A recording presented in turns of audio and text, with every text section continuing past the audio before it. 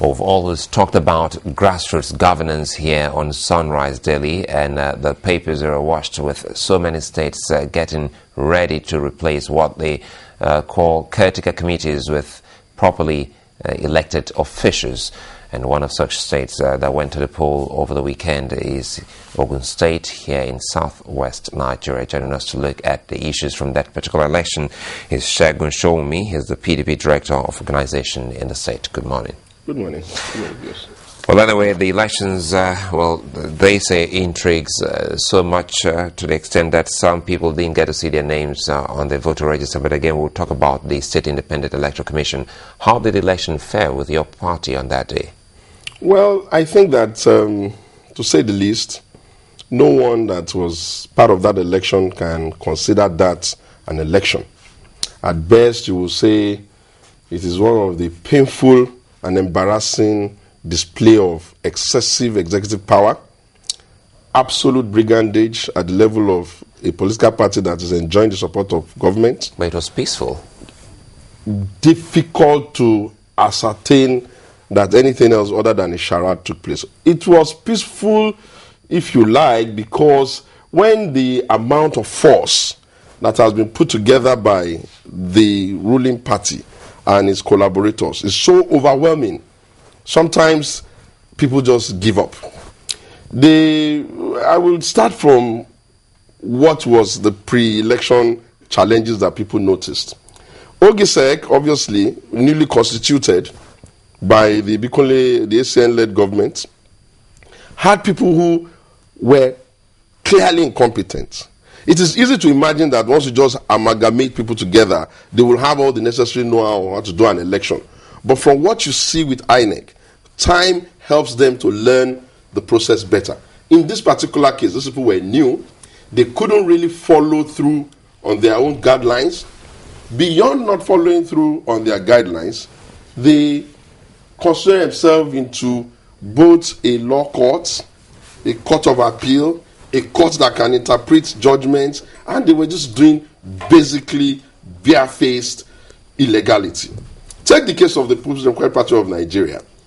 Yes, there's a lot of issues in that party vis-a-vis factions. The parties went to court and the court made some pronouncements. The Federal High Court made a pronouncement that this is the ESCO that exists in the state. This is where you're supposed to get the list of candidates from. The party, the OGSEC, pretended like they didn't hear. They then said, oh, there was no jurisdiction over them because it's a federal court, you cannot have jurisdiction over state court. Then the parties went back to the State High Court in Ilaro. The State High Court also made another pronouncement that it considered the position of the Federal High Court to be right. OGSEC said, no, it doesn't concern them. They began to assume the role of not just being an umpire in an election, but also the Court of Appeal, to interpret and determine what they thought would be the intention of the court. And as such, ab initio, they disenfranchise our people. There is a systematic way you prepare an election. There's a time for you to call for nomination. There's a time for you to call people to come and do screening. There's a time for you to return the result of the screened candidates in case they need to replace another. Were these not done? They were not done at the right time. There's a time for you to... No, it was done, but not at the right time. Eventually. You see, election management is not on the day of election alone. Once you start to shortchange the process or short-circuit the process as you go along, it makes it difficult for those that are planning to mobilize and get themselves ready for election to do same. Leave that aside. Then we got to the day of election. The painful part of it is that the present governor of Ogun State, among all the people that have governed Ogun State before, has the most experience in terms of presenting himself for election. He presented himself for election in 2003 and became a senator. He presented himself for election in 2007, tried to be governor, he didn't win then.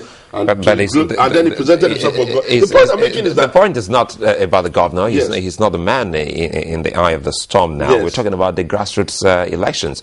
But by the way, the Commissioner for Local Government Affairs, Muyiwa Oladipo, should have been here. Yesterday they had their ESCO meeting because of the swearing-in, which was on Monday. We'll still hope that he will honor the invitation because we had gotten a word from him that he was coming. But again, now we're trying to look at what transpired. You just painted a picture of what happened before that day. But But again, on the election day, yes, what actually happened? On Because the news we found in almost all the dailies after the election, for instance, the Nigerian Tribune says, apathy in Ma's Ogun L.G polls. I'm satisfied. That's Amosun. Another writer there, Obasanjo's name missing on voters register. You go to another one by the Vanguard. It says Ogun L.G poll, the intrigues and power play. So all of that, were these headlines correct? Or if you miss out the name of somebody as important as former President Obasanjo on the register in his own polling station, and the governor from the same polling booth now comes out and says he's satisfied. But who should you blame with the register? Yes. The Obasanjo voted in the last election. So obviously, if you collected the register from INEC, which is a national body, and it was the same register that they used to do the last election, how come his name is not there? But that's the milder part of it. The most important thing is that a lot of our people then felt that no, this election cannot be trusted. They decided to sit at home. Those who then appeared at the point of voting, whereas the process is that once you vote, when you get to the polling station, the date of polling or your polling booth, you wait for accreditation. They check if your name is there. You wait. When accreditation is completed, you go and thumbprint and do your vote, secret open ballot. Afterwards, you wait. At the ward, they count the election, and then they announce the ward election, and then move to a collation center. What happened in their own case is that people tried, the few that came out to vote, when they started voting, they had given instruction to the people that Ogisek had put there that once the vote is not going in now, we just signal to us. And once the signal got to them, they simply started sending soldiers, sending police, using APC, putting a lot of extra energy on. But the security people we see here now on this particular film, have seen just one. It's just to prevent people from moving on. You know, there's always this case of ballot snatching. Yes, Suleiman, if I tell you that they have snatched ballots, the best way to ask is that normally there's supposed to be a collation center where all the agents of the parties will be there and they'll be counting the vote. Ask them to present to you the sample of the video clips where the collation was taking place. There is a process for this thing. Look, we've just done the national election in Edo State, organized by INEC under Dr. Professor Jega. Yes, there might be one or two issues, but everybody in the country accepts that that election was an improvement in the last.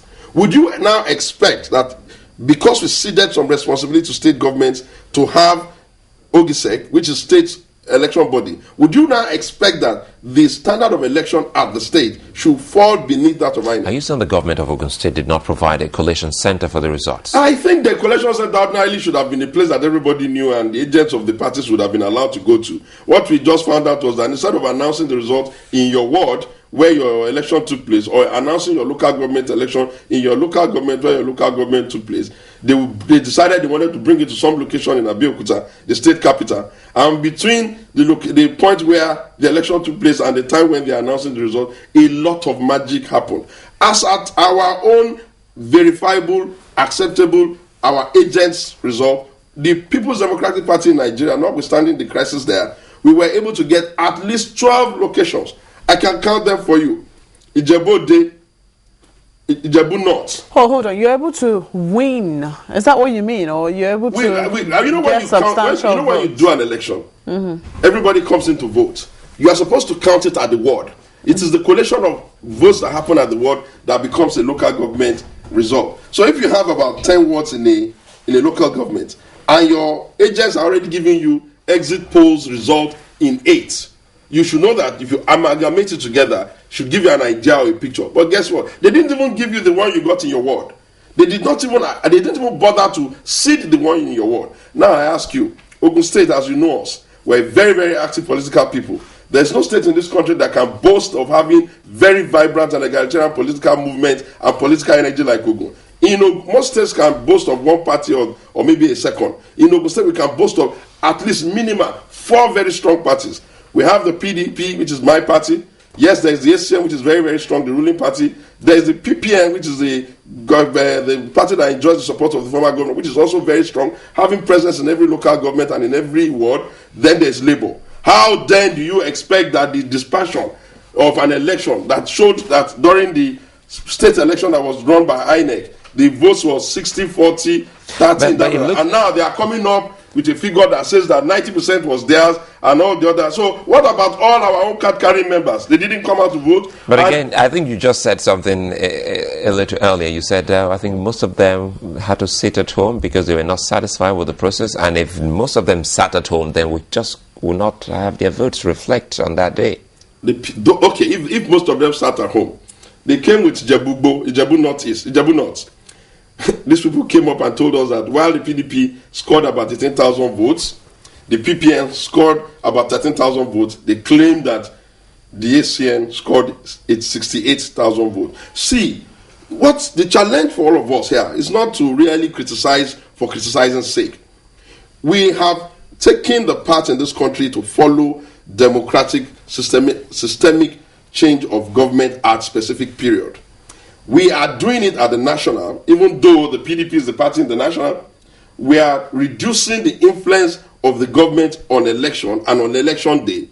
Then we are cascading it to the states with their own LASEC, OGSEC, and all of our SEC that they have.